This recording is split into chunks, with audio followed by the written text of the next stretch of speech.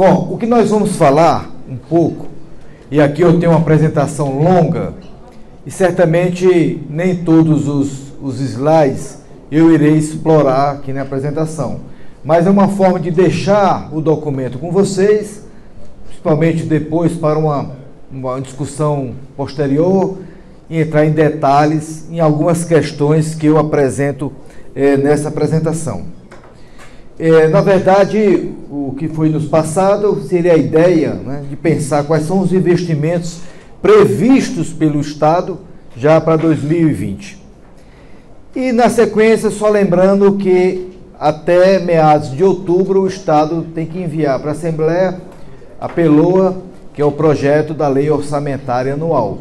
Então, o que eu vou apresentar são números ainda que estão sendo discutidos e não necessariamente finalizados, né, nesse projeto. Isso ainda vai depender da sanção final e do próprio governador. A apresentação ela vai ser dividida em 3 partes. Eu serei bastante breve nas 2 primeiras partes, e a primeira parte se refere a uma situação geossocioeconômica do Estado de Ceará, para dar o pano de fundo da discussão. Uma segunda parte relacionada às mudanças de estratégia em termos de elaboração dos projetos de investimento, ou seja, as novas metodologias que o Estado conta para ter investimentos mais eficientes, que geram mais impactos. E a terceira parte, evidentemente, que é o conteúdo central da nossa apresentação. Na primeira parte, na situação geossocioeconômica, a gente sabe que o Estado de Ceará, a despeito de ter uma variedade de solo, e aí nós temos a planície litorânea, os tabuleiros costeiros, a planície fluvial, etc., o certo é que nós temos mais de 90% do nosso território numa situação de uma região semiárida. Isso principalmente relacionado à irregularidade temporal das chuvas, né? Você chove de forma diferente em todos os períodos do ano, e além do mais, do ponto de vista espacial, nós temos aí também essa irregularidade. Então isso, historicamente, o Estado do Ceará, e tem um livro muito interessante que eu sugiro a vocês que leiam, a História do Ceará, do Ayrton de Farias, que ele mostra exatamente que a nossa economia ela começa muito incipiente lá, principalmente os primeiros passos em meados do século XVIII, e a grande dificuldade é a falta de água e um solo extremamente difícil e com grande dificuldade para a atividade atividade primária. Nesse contexto, eu trago um gráfico aqui para provocação a vocês. Foi falado aqui que o Nordeste, nos últimos 30, 40 anos, ele ocupa de 13% a 14% do PIB brasileiro. E aqui lá a diretoria de estudos econômicos do IPES nos elaborou essa informação. Adriano Sarquei está aqui, um dos responsáveis dessa estatística histórica. Se percebe que, se olharmos desde o início da série que nós temos, 1939 até 2017, isso como proporção do PIB nacional, nós aí estamos em torno de 2%. Ou seja, a gente não consegue passar, né, se deslocar de 2% do PIB nacional. A armadilha dos 2% que é isso. E aqui nós temos períodos bastante emblemáticos. Ó. 1957, o que é que aconteceu? 57, 58, a grande seca. Olha o nosso PIB como ele teve uma queda extraordinária. Depois, em 74, outro período de uma queda extraordinária. O melhor período de participação no PIB nacional ali nesse período aqui, 64, 63, 64, aí Vigílio Távora, lá atrás o Plameg 1, que deu um grande salto no desenvolvimento do Estado. Mais recentemente, em 2007, nós tínhamos 1,8 e aí a gente consegue aí avançar para 2,1. Então, o certo é que, apesar de todos os esforços dos últimos anos, talvez nas últimas décadas, termos uma economia mais pujante, mas temos grande dificuldade de sair é como se tivesse um atrator puxando a gente para 2% sempre. Como é que sai dessa situação? Ou seja, a nossa produtividade, a produtividade do estado do Ceará não consegue avançar acima de uma média histórica da brasileira. Então, esse é um assunto que eu acho que precisa uma reflexão de todos nós nesse contexto. E aqui o que nós temos é nosso PIB, o PIB do Ceará sobre o PIB brasileiro, por volta de 2%, mas a nossa população é entre 4,3%. Ou seja, nós temos a metade do PIB per capita, da receita per capita do Brasil. E esse é um processo que permanece aí durante muitos anos. Nós temos que romper com esses dados históricos. E aqui, recentemente, aliás, ontem, só para ilustrar, foi divulgado o PIB do segundo trimestre de 2019, o IPEA se calculou, nós crescemos 2,08% e o Brasil cresceu 1%. No acumulado, nós estamos acima da média brasileira, que praticamente nos últimos anos isso tem se mantido uma constância. E aqui é um dado interessante, é essa evolução do PIB trimestral, começando lá em 2014, nós temos uma série histórica maior, mas aqui eu trouxe essa informação para ilustrar algo importantíssimo para a gente. 2015 e 2016, evidentemente, é o período que a economia brasileira entrou num processo muito acelerado, forte de retração econômica. E aí, percebo que o estado do Ceará, ele demora a entrar no processo. Mas quando ele cai mais fortemente do que o Brasil. Mas retoma de maneira mais rápida. Então parece que quando você tem uma retração econômica no país, a gente sofre mais. Apesar de demorar um pouco mais a entrar na crise, mas quando entra, o aprofundamento é maior. E isso é importantíssimo para antecipar esse ciclo econômico. Nós temos instrumentos de antecipar essas situações. Bom, nesse crescimento do PIB, nós temos aqui a indústria. Ela foi o grande setor que puxou o crescimento do Ceará nesse último trimestre. E aqui a gente da indústria, nós temos a indústria de transformação cresceu 7,7%. Então isso é um resultado muito bom. E o que a gente fica animado é que isso permaneça, quer dizer, ter a continuidade desse resultado. Mas vamos para frente, um estudo recente da Silvia Matos, do IBRE, que ela fez um estudo muito bacana, depois podemos apresentar aqui na FIEC, uma avaliação histórica da produtividade no estado de Ceará, pegando lá 2003 até agora. Ela conseguiu compatibilizar a PNAD contínua com a PNAD antiga e ela construiu uma série consistente. E aqui mostra, interessante, anos médios de estudo de 14 a 24 anos afetando o desempenho. Perceba que o avanço da educação do Ceará, mais recentemente, que a educação foi feita, ela tem uns investimentos principais na educação fundamental, mas o rebatimento está sendo agora porque essa turma está chegando no ensino médio e vai entrar na universidade. Mas a nossa média educacional nessa faixa etária está se aproximando do Brasil. Isso é muito bom porque a educação está ligada à produtividade. E a gente tem a tendência de acelerar mais rápido aí esses indicadores. Ela calcula a produtividade, eu vou passar rápido, porque não é objeto mais, mas ela calcula a produtividade, por exemplo, a produtividade da nossa indústria, no Brasil, nesse período, 2004 2016, foi 0,9 e a do Ceará foi 2,0. Então a gente tem cálculos de produtividade setoriais, depois a gente pode aprofundar essa discussão. Estou fazendo esse pano de fundo aí para a gente entender, né, quais são as nossas estratégias lá para frente. E aqui são resultados tanto da produtividade na indústria como na indústria de transformação. Eu vou passar rápido. Um ponto que a gente observar é o efeito da ZPE, né, inclusive do porto, que a gente tem no estado. Olha que o salto que nós tivemos a partir da participação das exportações do Ceará no Brasil, a partir do Porto Pecém, a partir da ZPE. Isso é algo importante. Quanto mais a gente conseguir internacionalizar nosso desenvolvimento, nossas exportações, melhor para a economia cearense. Isso é um grande aspecto que a gente tem que procurar. Bom, em termos de renda per capita, nós crescemos em 2006 a 2014, nós crescemos 4,9%, o Nordeste cresceu 4,7%.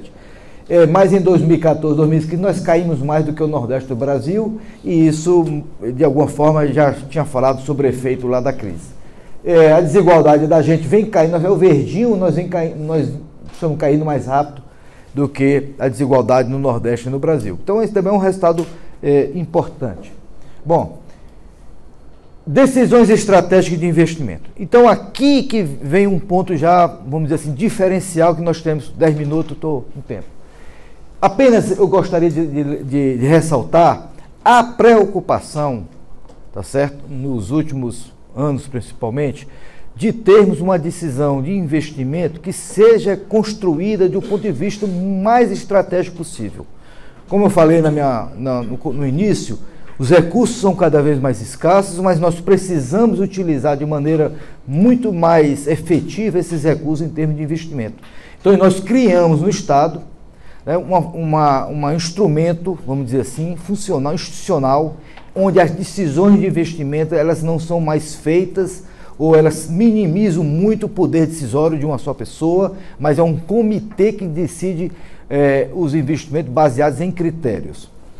Isso já está funcionando, quer dizer, antes de começar isso tem ajudado a gente a ter o maior investimento sobre a receita corrente líquida do país, o Ceará, de 15,08 em 2018.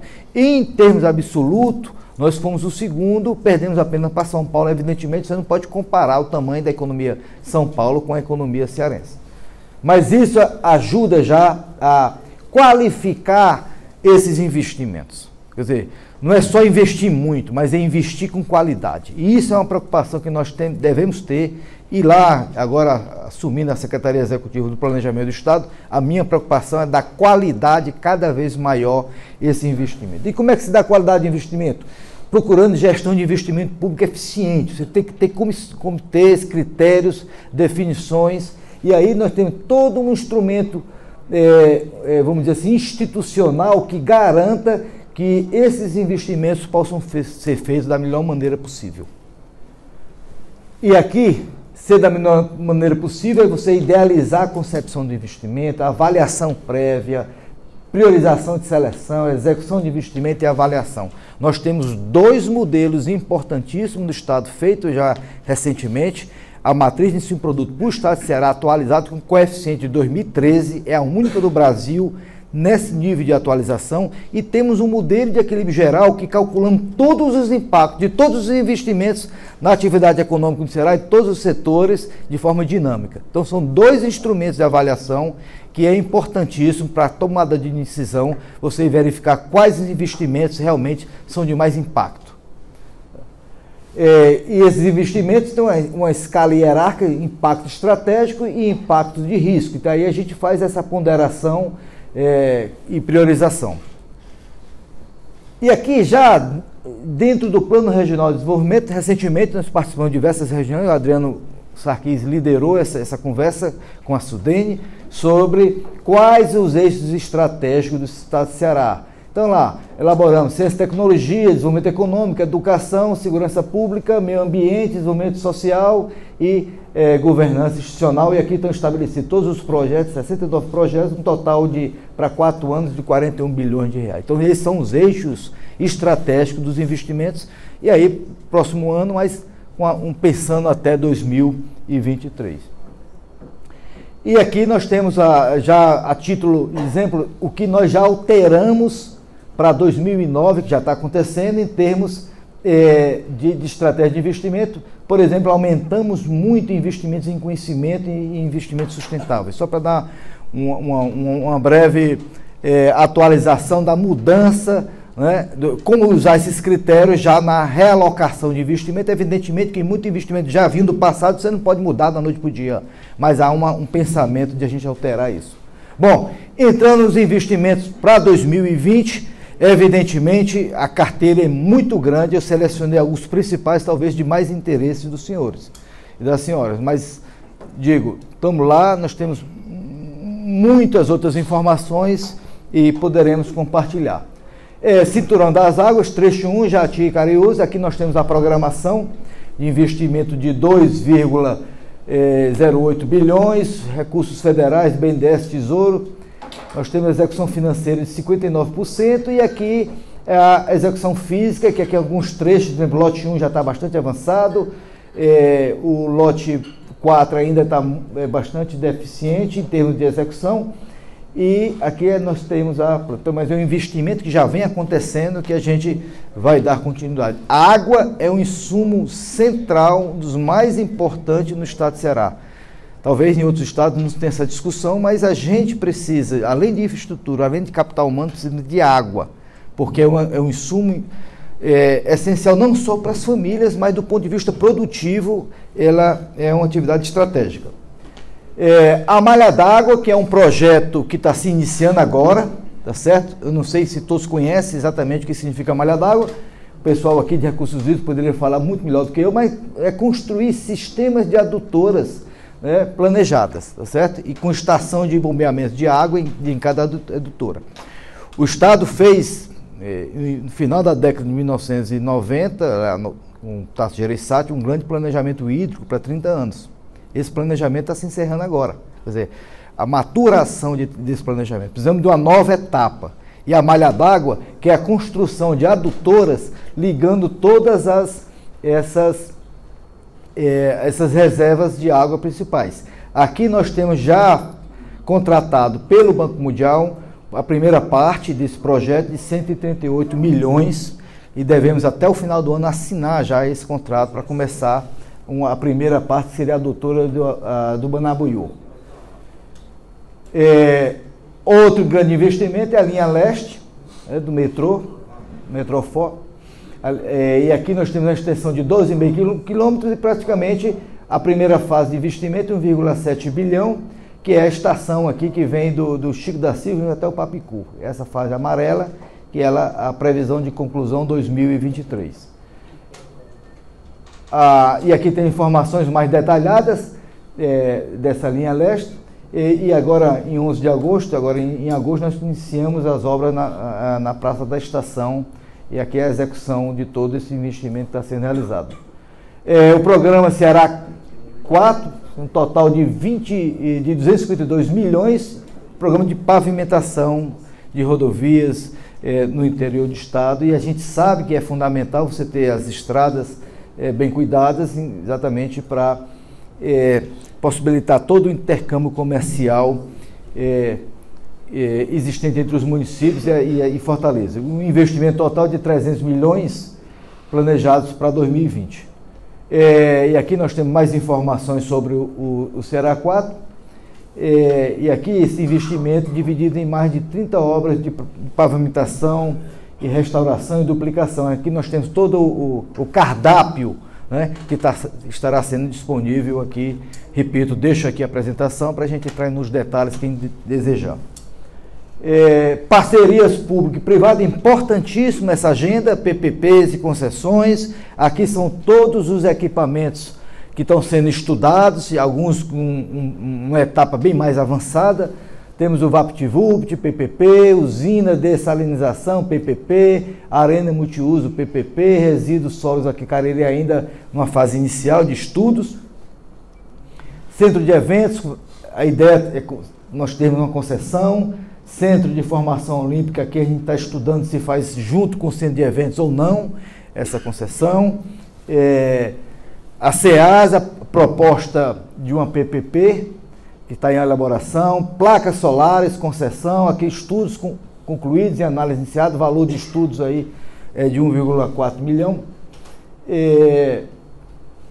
Metrofor, PPP, Aeroporto de Jericoacoara, Canoa Quebrada, PPP, e o aquário está sendo redefinido qual a sua estratégia melhor de conclusão da obra.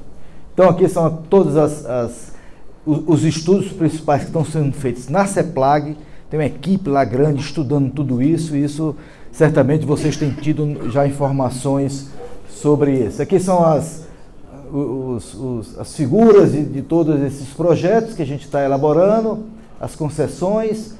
Placas solares aqui é algo fantástico, importantíssimo para a nossa matriz de desenvolvimento, avançar nessa agenda, né? Investimentos também na área habitacional, aqui a previsão de conclusão de 2019, fogões sustentáveis aqui, principalmente da Secretaria das Cidades, e aí nós temos 1,8 milhões, Minha Casa e Minha Vida 2,3, e na segunda fase, previsão de conclusão 2023, Minha Casa e Minha Vida de novo, 8 milhões, e aqui todas as informações sobre a parte da construção civil e de habitações para a população mais pobre. E aqui a segunda fase de São José 3, são praticamente inclusão de econômico sustentável, projetos produtivos e abastecimento de água e soluções de esgoto rural, e isso está sendo contratado, pensado já esse novo projeto. Um grande projeto que isso vai se tornar, já se tornou prioridade do governador Camilo, é a transformação digital. Quer dizer, a economia digital, ela vai certamente se tornar um dos grandes motores de desenvolvimento, não só do estado de Ceará, do Brasil, mas no mundo. Quem viu o Fantástico domingo passado já percebeu como lá na China os caras já estão muito mais avançados que a gente. Então o mundo vai ele correr certamente para a economia digital, a economia de serviços principalmente. E a gente precisa estar preparado, principalmente o Estado, o governo, para atender esse grande nova área na economia. E a gente conhece já todo o investimento feito no Estado do cinturão digital. E o que isso está produzindo de empresas que estão penduradas no cinturão digital, gerando novos serviços para a população. Já estou finalizando. Então, os projetos, aqui eu não estou trazendo, vamos dizer assim, nenhum valor acima, mas só alertando que nós teremos serviços públicos digitais que serão ofertados, identidade digital única, isso vai gerar um grande benefício para a população de maneira geral. Gestão de Big Data, gestão de dados, Big Data, isso é fundamental. Se você não tiver informações que sirvam não só para o governo, mas para vocês que tomam decisões, se você não tiver informações com nível de qualidade, você não consegue ter uma decisão de qualidade de investimento que seja realmente. Então, esse é o avanço. Nós estamos integrando todas as bases de dados do Estado de Ceará que existem, não só nas secretarias, mas também dados de outros setores, para que possamos disponibilizar toda essa infraestrutura de dados para as tomadas de decisões do setor privado, além propriamente do setor público. E aqui a tecnologia de hub, a gente já está discutindo isso, quer dizer, colocar tudo em nuvens no Estado. O Estado do Ceará, Fortaleza, a segunda cidade mais conectada do mundo em tecnologia. Isso tem um efeito gigantesco de negócios que podem surgir a isso. Estou trazendo isso apenas com uma informação, nós não temos número ainda do que isso pode provocar de investimentos de novos negócios, mas certamente essa será uma grande área da nova economia que vai surgir. E aqui nós temos esses projetos que já falei, e a infraestrutura de Big Data, gestor de dados, segurança da informação é muito importante, já que esses dados vão para as nuvens, nós temos que ter diversos outros serviços que vão garantir essa informação. Bom, resumindo aqui a minha fala, já estourei o tempo, mas para concluir e para colocar a gente para o debate, eu acho que nós temos 4 grandes mensagens aqui. A primeira é a necessidade de você priorizar investimentos que possam aumentar a competitividade da economia. Sem aumento de competitividade, sem aumento de produtividade, a gente não consegue sair da armadilha dos 2%. Então, isso é um desafio a ser perseguido, é uma norma que vai nos guiar. Um segundo ponto é descentralizar investimentos na região metropolitana de Fortaleza. A gente sabe que isso, nós continuamos, talvez 64%, 65% de toda a riqueza do Estado está na região metropolitana. Levar mais desenvolvimento para o interior, isso é sempre um desafio e é algo extremamente importante. Fortalecer as EPE e aí também aumentar a capacidade de empresas que possam se instalar no PECEM, que possam ter o caráter exportador. Enquanto a gente não se conectar cada vez mais, não só com outros estados em termos de vender produtos e ocupar novos mercados, além do exterior, a gente terá grande dificuldade de aumentar essa participação do PIB. Então, olhar para fora é essencial para uma estratégia de desenvolvimento. E, por fim, priorizar cada vez mais investimentos que produzam autotecnologia, que produzam essa nova economia, a economia digital, porque essa vai ser, né, economia digital, quando eu digo, não estou dizendo que você vai abandonar as economias, mas você vai usar soluções digitais, soluções de inovação na área digital, em economias tradicionais, inclusive. Então, você casar essas duas áreas é importantíssimo para o processo de desenvolvimento do nosso Estado no futuro. Bom, eu encerrei aqui, estourei aqui, me desculpe, estourei aqui um pouco, mas era a necessidade de apresentar para vocês algumas das informações e me coloco aqui, evidentemente, para o debate e para novos questionamentos. Muito obrigado a todos, é um prazer.